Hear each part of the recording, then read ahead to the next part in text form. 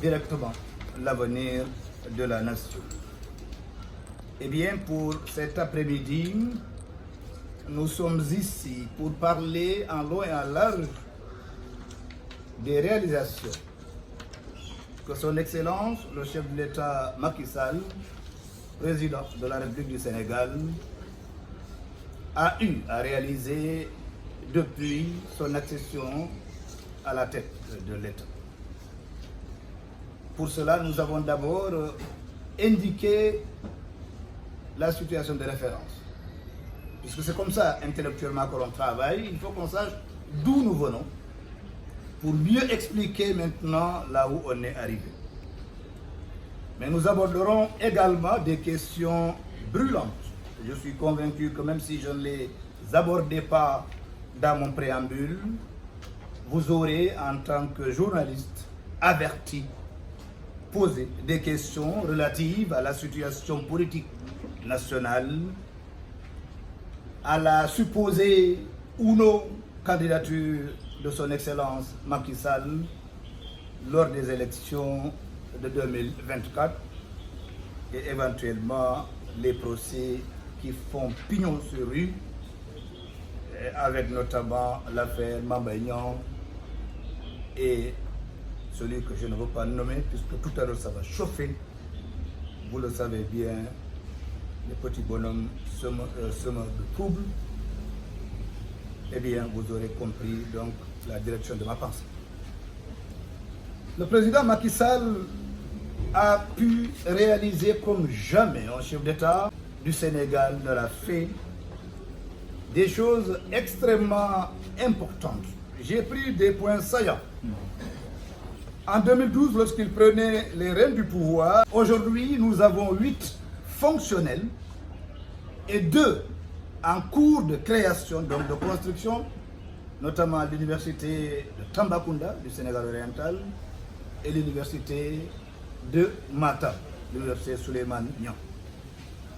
Nous avions 7000 lits pour l'ensemble du territoire national.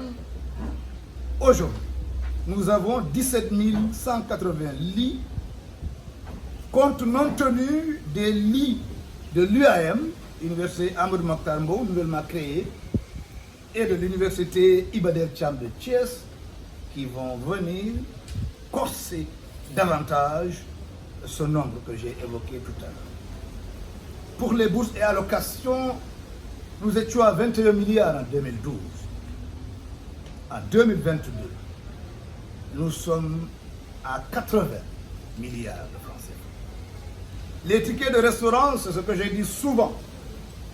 Ce que les étudiants d'aujourd'hui payent, nous, de notre temps, il y a 25 ans, on payait plus.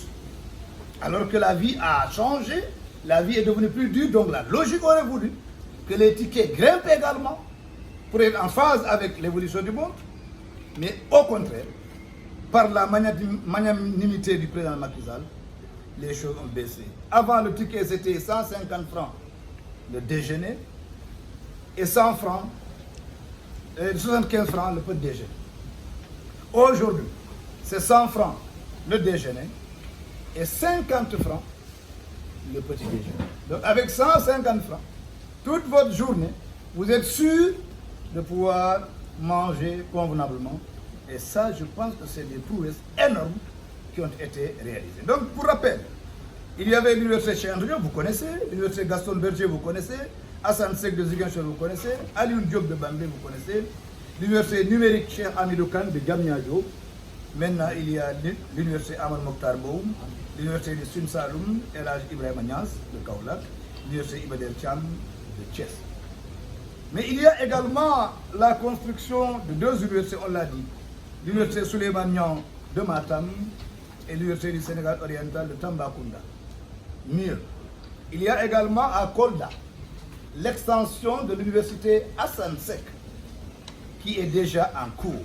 Donc, sous peu, dans un an, Kolda aussi va étraîner et accueillir ses premiers étudiants.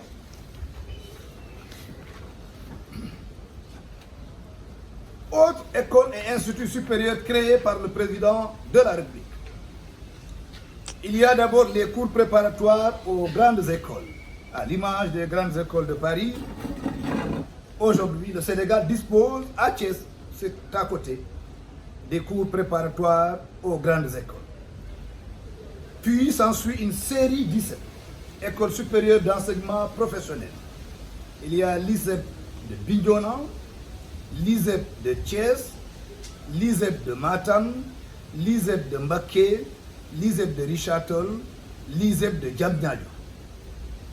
Dans le cadre de la subvention de la recherche, le président de la République, volontairement, a mis à la disposition du CAMES, Conseil africain et malgache de l'enseignement supérieur, une subvention de 1 milliard de francs CFA. Cette année, il a augmenté au autre milliard, ce qui fait maintenant 2 milliards de subventions octroyées au CAMES. C'est pour encourager la recherche, encourager l'innovation, puisque c'est le seul moteur de la croissance et c'est le moteur du développement. Autre avancée notable, il y a qu'aujourd'hui, avec le respect des engagements avec les syndicats, notamment les pairs et les PATS, les pairs c'est le personnel d'enseignement et de recherche, les PATS c'est le personnel administratif, technique et de service, qui ont vu leur situation salariale substantiellement, très substantiellement améliorée. Pour ne pas dire qu'ils sont passés du simple au double, mais en tout cas, ils ne se plaignent pas par rapport à ce que les autres travailleurs sénégalais perçoivent. Il y a qu'aujourd'hui, et c'est à titre d'exemple, les professeurs d'université partent à la retraite avec 80% de leur salaire. Autrement dit, si Yacine était professeur d'université, si elle avait 1 million de salaire, les 800 000, même à la retraite, elle continue de les percevoir.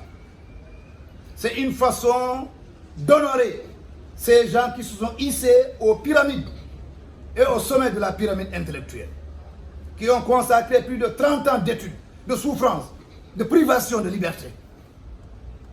Il fallait leur rendre un hommage, leur rendre leur dignité. Et c'est le président Macky Sall qui l'a fait. Dans d'autres nations comme au Japon, les enseignants du supérieur ne payent pas le transport public. S'ils arrivent dans un lieu, tout le monde se lève en signe de respect et de considération, puisque c'est des sommités. Et c'est le président de la République. Donc 80% de leur salaire, ils vont à la retraite tranquillement chez eux et ils continueront à percevoir ces 80%. C'est pour qu'ils ne versent pas dans le misérabilisme, eu égard à leur rang et au service qu'ils ont rendu à la nation. Puisque c'est eux qui aujourd'hui forment les dirigeants de demain, la crème de demain.